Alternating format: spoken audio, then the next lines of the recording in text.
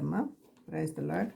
అందరికీ నా హృదయపూర్వక వందనాలండి. దేవుడు నాకు ఇచ్చినటువంటి చక్కని సమయాన్ని బట్టి కూడా దేవునికి వందనాలు స్తోత్రాలు చెల్లించుకుంటున్నాను. మీ చిత్తవృత్తి యందు నూతనపరచబడిన వారే, నీతియు యథార్థమైన భక్తి గలవారే, దేవుని పోలికగా సృష్టింపబడిన నవీన స్వభావము ధరించుకొనుడి అని మనకి దేవుని వాక్యం తెలుసు. ఇగో అన్ని సమస్తము క్రొత్తవాయన అని కొరింథీ పత్రికలో కూడా మనము చూస్తూ ఉన్నాం. న్యూ ఇయర్లో మనము సమస్తము క్రొత్తగా జీవించాలని, క్రొత్తగా అవ్వాలని, మరి అదేవిధంగా మనము నవీన స్వభావం ధరించుకుని ఉండాలని దేవుడు మనతో మాట్లాడుతున్నారు. ఎలా నవీన స్వభావం ధరించుకోవాలి, ఎలా క్రొత్తగా ఉండాలి, మనకి మాదిరిగా చూపించిన వాళ్ళు భక్తి పరులు ఎంతోమంది ఉన్నారు దైవ గ్రంథంలో.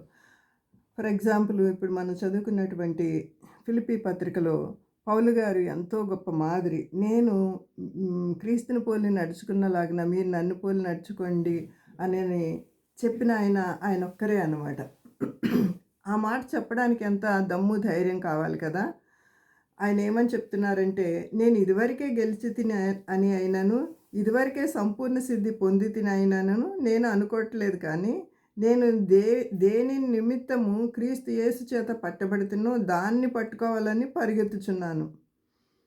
సహోదరులారా, నేను ఇదివరకే పట్టుకొని ఉన్నానని తలంచుకొనను.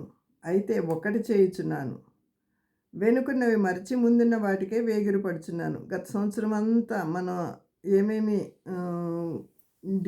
ఫాల్స్ చేసామో, ఏమేమి తప్పిదములు చేసామో వాటన్నిటిని మరచి ముందున్న వాటి కొరకే వేగిరపడుచున్నాను అని భక్తుడు చెప్తున్నాడు. మనం కూడా ఒకసారి జ్ఞాపకం చేసుకుందాం. వెనకటి స్థితి ఎలాంటి ఉన్నప్పటికీ అవన్నీ మరిచిపోయి దేవుని సన్నిధిలో, మరి ఈ సంవత్సరం దేవుడు మనకి ఉన్నతమైన పిలుపు తగినట్లుగా బహుమానం పొందవలనని గురి ఎద్దుకే నేను పరిగెడుతున్నానని పౌలు గారు ఏ విధంగా అయితే చెప్తున్నారో ఆ విధంగా మనం కూడా అన్నీ మరిచి లాస్ట్ ఇయర్ మన యొక్క షార్ట్ కమింగ్స్ అన్నీ కూడా మరచి మనం ముందున్న వాటి కొరకే వేగిరపడుదము గాక.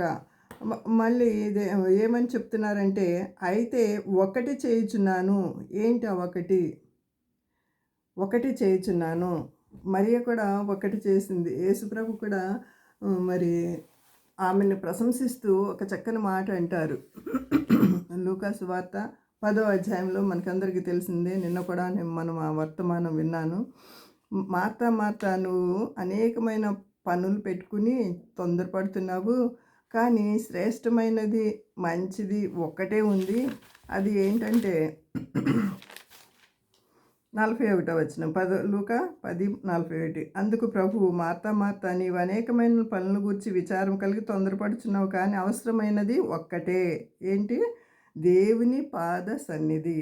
మనం నిజంగానే ఎర్లీ మార్నింగ్ ఈ విధంగా దేవుని సన్నిధికి వచ్చి దేవుని మాటలు వినడానికి దేవుడు మనకి ఇస్తున్నటువంటి ఈ చక్కని సమయాన్ని బట్టి కూడా దేవునికి వందనాలు. నిజంగా దేవుడు మనల్ని చూసి ఎంత సంతోషిస్తాడో అనుకుంటూ ఉంటాను కొన్నిసార్లు నేను.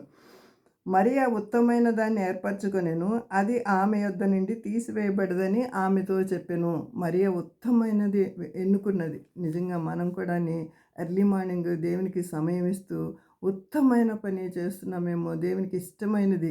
అందుకే యెషయా గ్రంథంలో ఒక మాట ఉంటుంది కదా, మనము ఆయనకి ప్రియులుగా ఉంటే ఆయనకి ఇష్టలుగా ఉంటామంట. మనం ఆయనకి ఇష్టలుగా ఉంటే ప్రియులం అయిపోతామంట.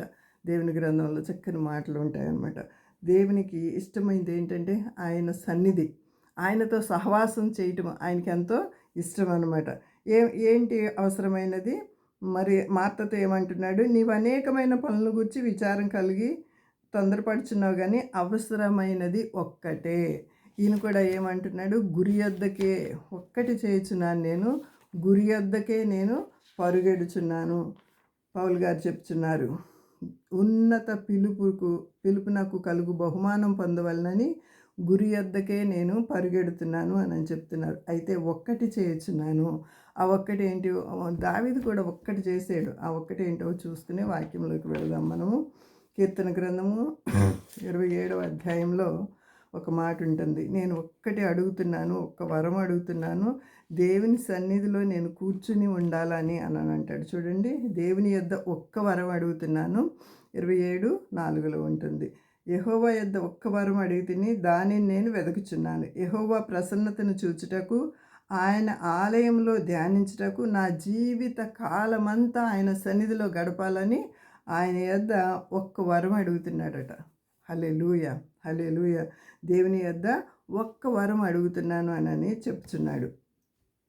ఇంకోటి, మిగులు ఆస్తి గల అయినటువంటి ఒక ఆయన